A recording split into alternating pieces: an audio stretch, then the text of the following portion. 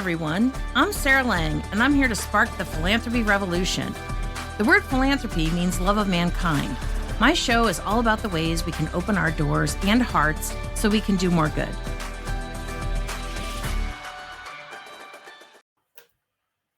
Hey, everybody. Thanks for joining me back with another episode 5 of the Philanthropy Revolution, and really appreciate you jumping on with me today. For those of you who haven't met me yet, I'm Sarah Lang. I live in Massachusetts, but I work with fundraising clients all over the United States to raise more money so they can do more good. I've raised $90 million so far. I'm a little bit of a unicorn because there's not a lot of people who have reached this level doing what I do. So I love what I do. I'm very passionate about the sector, which is why I started this live stream show. So I'll tell you another reason I started this live stream show. So my business mentor, Luck Adapari, interviewed me last week, and we were talking about why I do what I do. And part of it is because I think I just came out of the womb this way. I've always been a social justice warrior from the time I was 4 on. But the other big piece of why I do what I do is because my mother was an active alcoholic until I was 12 years old. And so when I was 5, I figured out how to make peanut butter and jelly sandwiches because there were times when my mom would either burn dinner beyond recognition or pass out before dinner got made. And so that was a very hard way to grow up. Left me with a pretty big legacy to unpack. I'm proud to say that my mother did go off and get treatment when I was 12. We grew up in a time where alcoholism was not understood, addiction was not understood. There really wasn't a lot of help for families. And so I'm really passionate about making sure that nobody out there has to suffer the way that my family did. You know, my mom struggled with addiction until she finally got treatment, and thank God stayed sober until she died. And I feel like her biggest gift to me was her recovery. But it was really hard to grow up when there was no one there to help. And I don't want other people to suffer the way that I did. So that's why I'm passionate about what I do and why I sometimes will get on you guys a little bit to step it up and shake off the beliefs and practices that keep us small and from realizing our potential, because there are people out there like me and my family who need you.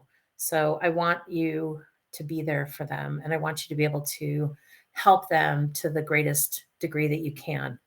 So that's another big why I do what I do. Today, I want to talk about dollars and cents. And I don't mean cents in terms of money. The definition I'm using is SENSE, where something is the case and is true. So like common sense, right? So I want to talk to you about the nonprofit sector and the kind of revenue we generate so that you guys have some fun facts to play with. So our sector is called the third sector, the first being corporations and the second one being government. And we're often thought of and treated as less important and less impactful than the other two sectors. But when you look at the data and you think about our role in this country, we are honestly responsible for the quality of life we experience here, and we make huge contributions to our economy. So I've said it before, I'll say it again. Nonprofits make the quality of life in the US what it is, and it would be abysmal without us. So if you think about it, we'll have no educational institutions, no arts, no hospitals, no health care, no services for elders, youth, families, dogs, cats, the environment. Honestly, what does that leave? Target, Walmart, Home Depot. So I'm not saying that I don't make my trek to Home Depot and that it's not important, but when you think about like the quality of life for the average person, nonprofits make a big difference. So we're important. So I've assembled a bunch of fun facts for you, and some of these were not surprising to me. Other ones kind of blew my mind. So there are 1.8 million nonprofits in the United States, and 1.5 of them are 501c3. So the difference is that you can have a variety of nonprofit organizations. So foundations fall under the 501(c). section of the Internal Revenue Tax Code. There's those of us that are what they call charitable services, and that's 501c3s. But then you have groups like Rotary or Knights of Columbus, and those are 501c4s. So there are a variety of nonprofit types in the United States, but the biggest group is us 501c3s. So that's 1.5 million organizations. So that's 1.5 million organizations who are in the business, we are in business, of uplifting others and making this country a better place to live. That does not even include religious organizations who often offer some kind of social program. Excuse me, either those in their community or their congregation or both. So, for example, here in Worcester, we have a Catholic church called St. John's, and they operate a homeless shelter and they also operate showers for the homeless. And they feed people meals and they provide them with clothes and a place to stay and obviously showers. So that's one congregation's contribution. We've got another congregation called Blessed Sacrament, and they created a temporary homeless shelter this winter because here in New England the temperatures can drop very low, and they didn't want people dying from exposure and hypothermia, so they created a winter homeless shelter. And then we have another congregation in the area called St. Anne's, and every Tuesday they run a medical clinic. So they're right near the University of Massachusetts hospital complex. And so doctors and nurses from UMass volunteer to come over on Tuesdays and provide basic medical services. So that's just a handful of examples of the way that religious institutions also contribute to uplifting our communities. I don't know if you know this, but 10.2% of companies in the United States are nonprofits. 10.2%. I don't know if you knew that. That's a pretty big chunk of the economy. We also represent 6% of the United States GDP, which is another pretty significant contribution. The gross domestic product measures the monetary value of goods and services, and we often use it as a measuring stick of the economy's health. And we are in the top 13 contributors to GDP in this country. So we beat out a bunch of industries that are in the for-profit sector. And again, we are big and we are strong and we are doing important uplifting work. And these numbers are just one reflection of that. We also employ about 16 million people. That's pretty amazing. That's 10% of the US workforce. And we account for about 33% of employment in the United States. 1/3 of all employees work for a nonprofit. That blew my mind. And I guess when you start thinking about like universities or hospitals or even big university and hospital systems, it's pretty easy to imagine how we achieved that number. But it still was surprising to me that nonprofits employ about 1/3 of the US workforce. So makes me wonder, how come we let ourselves be treated like garbage? So we're the third largest employment industry in the US. So third largest, like that's amazing. Third largest employer. Our payroll, which is $826 billion, exceeds those of most other US industries, including construction, transportation, and finance. Yes, finance. We have a bigger payroll than the finance industry. So that gives you a little bit of a hint on how much money we are contributing to employees, and also payroll taxes and other things.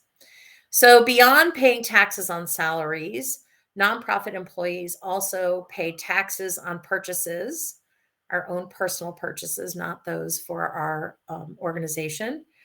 We pay property taxes in the event that we own property. And these are other significant contributions to the US economy. We also provide care for children and elderly that enable family members to work outside the home. And let's not downplay this. I was doing some work for an organization that's headquartered in the United States, but most of their work is done in Durban, South Africa. And there's a large population in Durban that has HIV or AIDS, and a lot of family members can't work because they have no one to take care of the family member who's ill. And so, what they did was we set up a bunch of respite centers in the area so that people would have somebody caring for their family member who was ill, which allowed them to then go and pursue employment opportunities so that they could then bring home money for their families, which in turn obviously uplifted the quality of life for the family.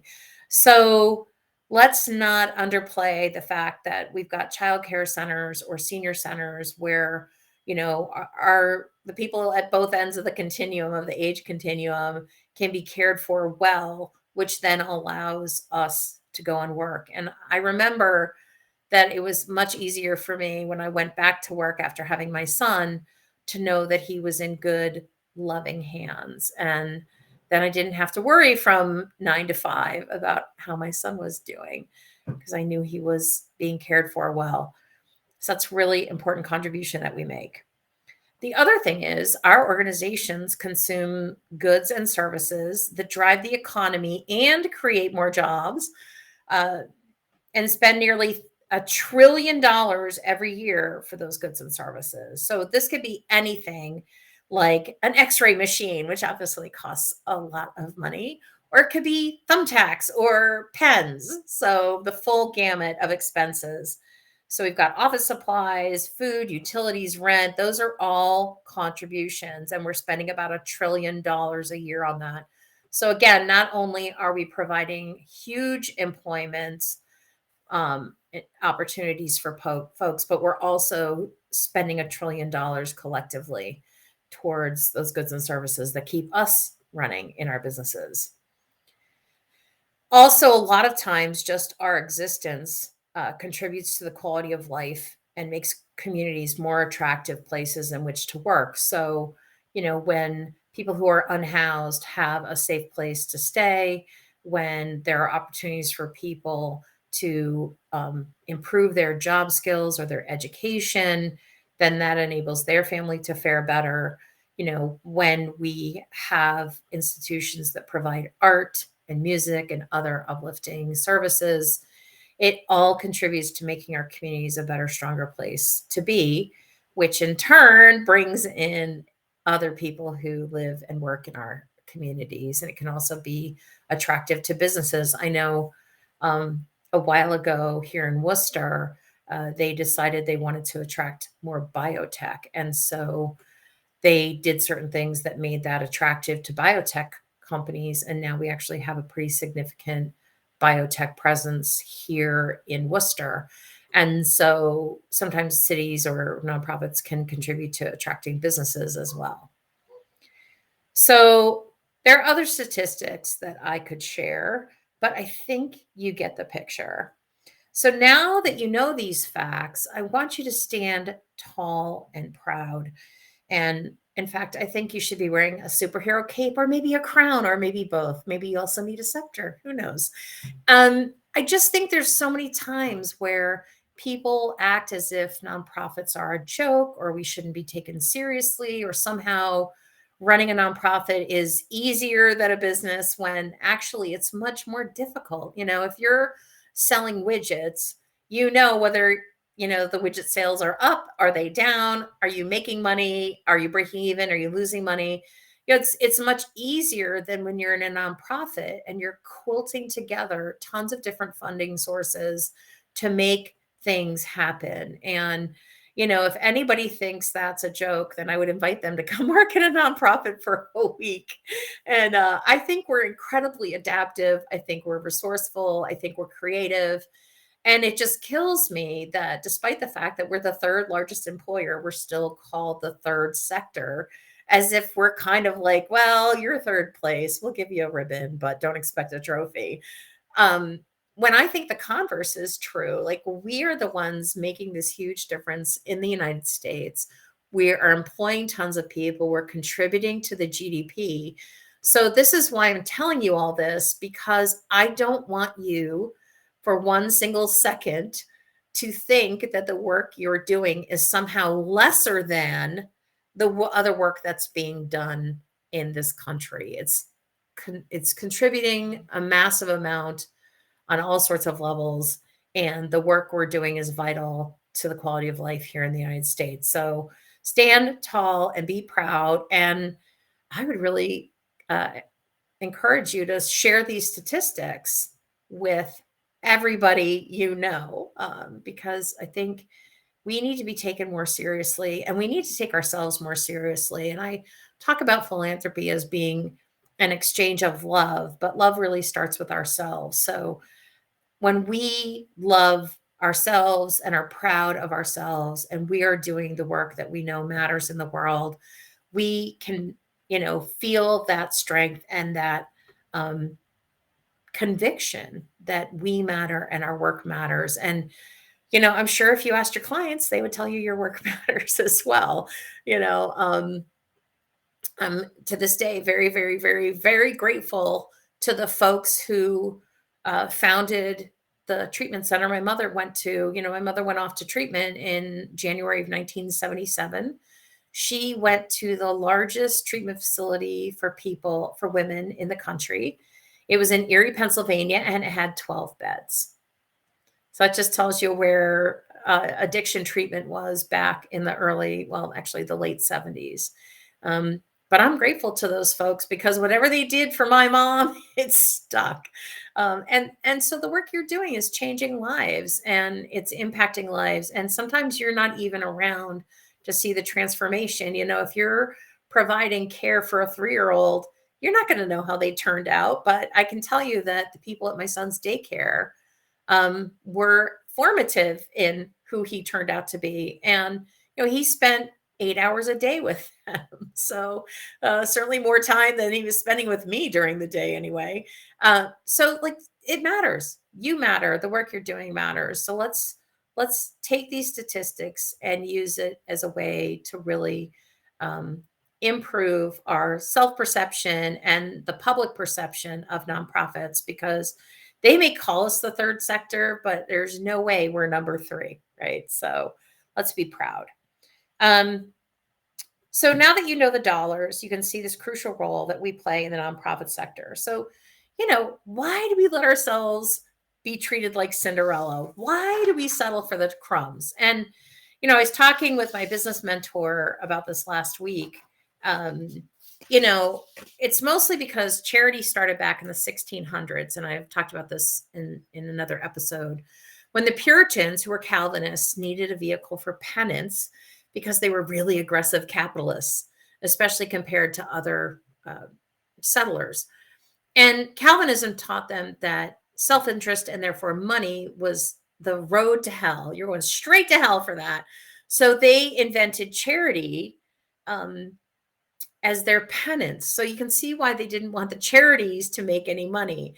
And so this is where this belief that we have to keep overhead low and do more with less comes from. Guys, that was 400 years ago. I think we can move on and update the rule book. But, we're under this pressure to keep overhead low. And this is where I think these statistics can come in handy, because you can educate people about the impact and the import of the work that we're doing, and, help dispel these myths.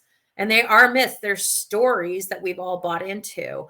And it's holding us back. It's keeping you from helping families like mine who need help. And I'm not here to guilt trip you or judge you. I'm just saying, I know there are people out there who are suffering.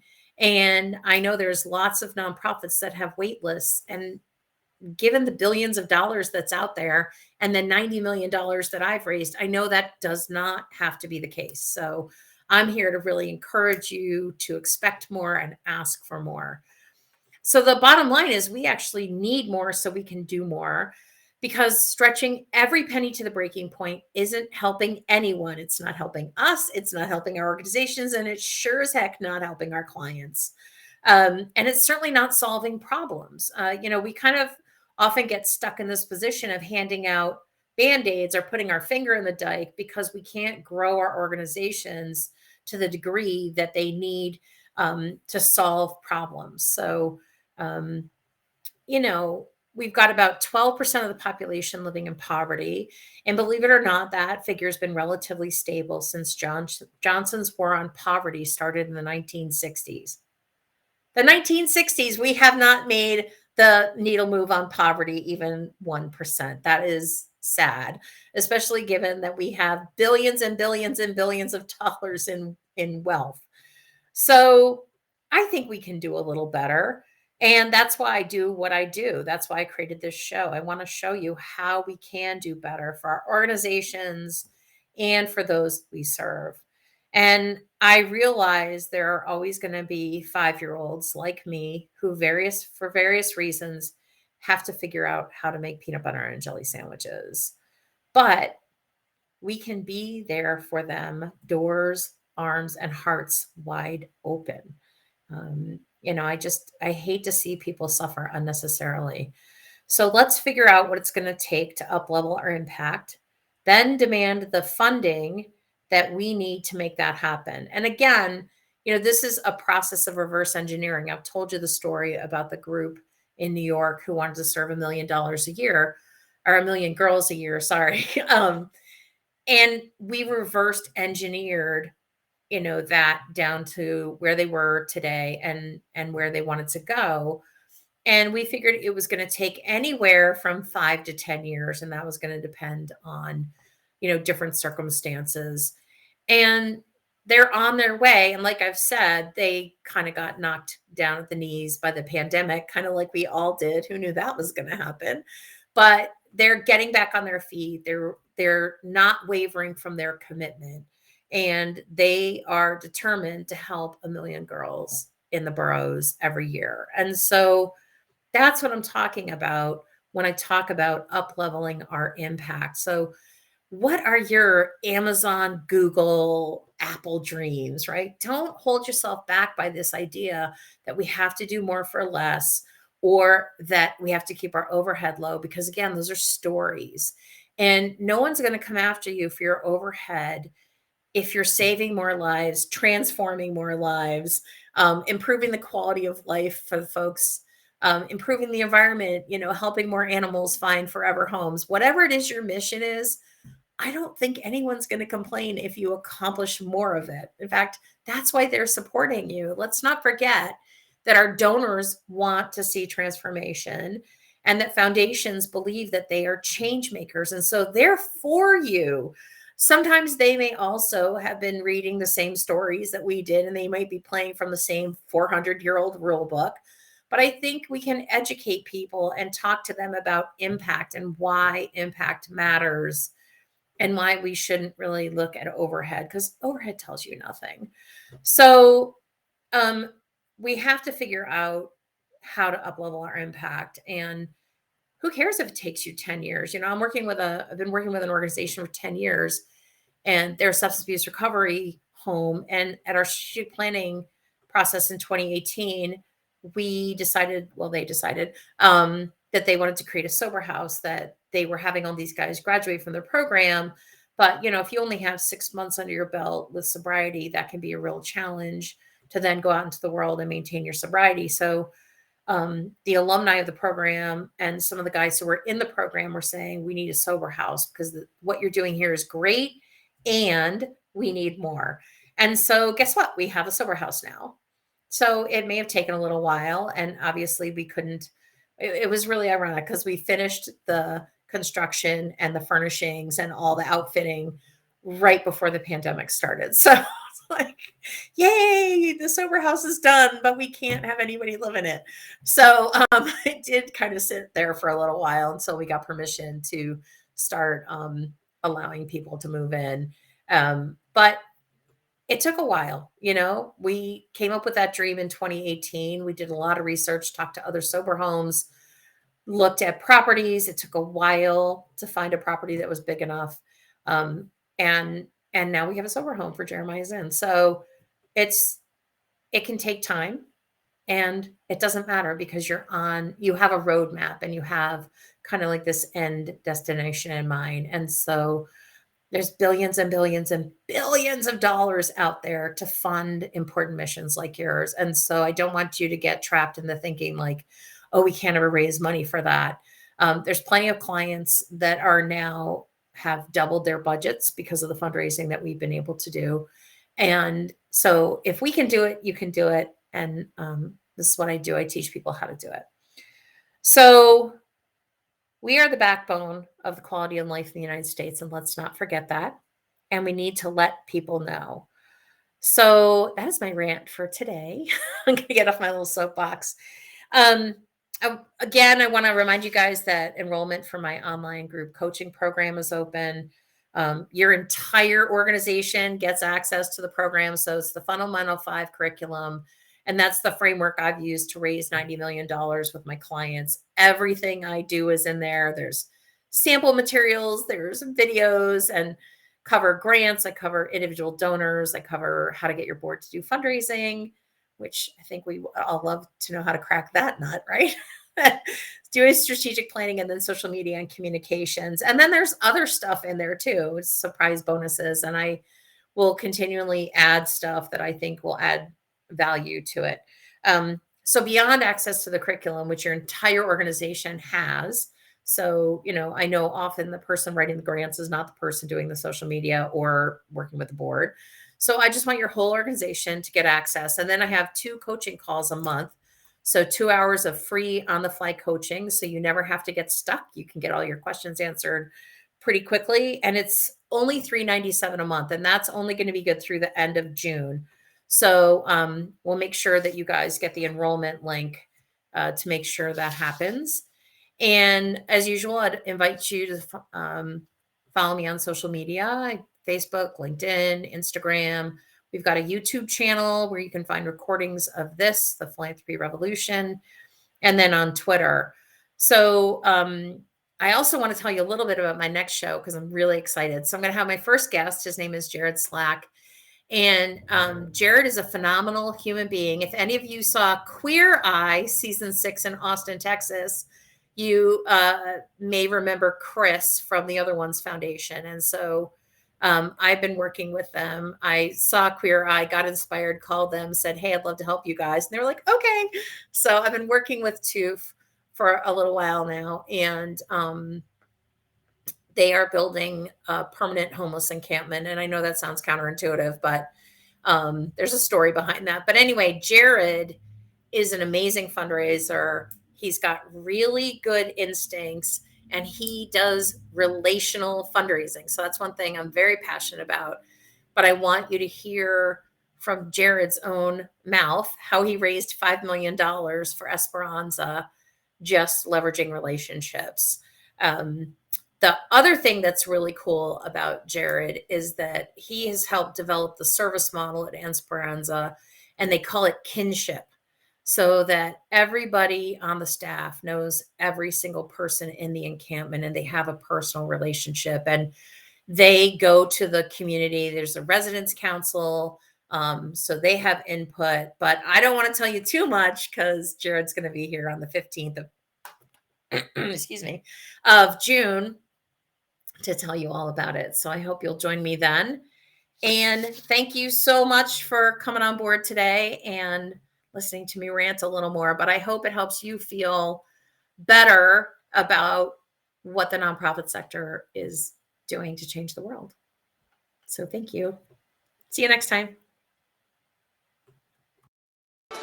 Thanks for tuning in. I'll be back in 2 weeks with another episode. Got topics you want me to cover? Organizations you want me to showcase? Let me know. Also, I'm here to help you revolutionize philanthropy at your nonprofit. If you want to talk about what that looks like, drop me an email.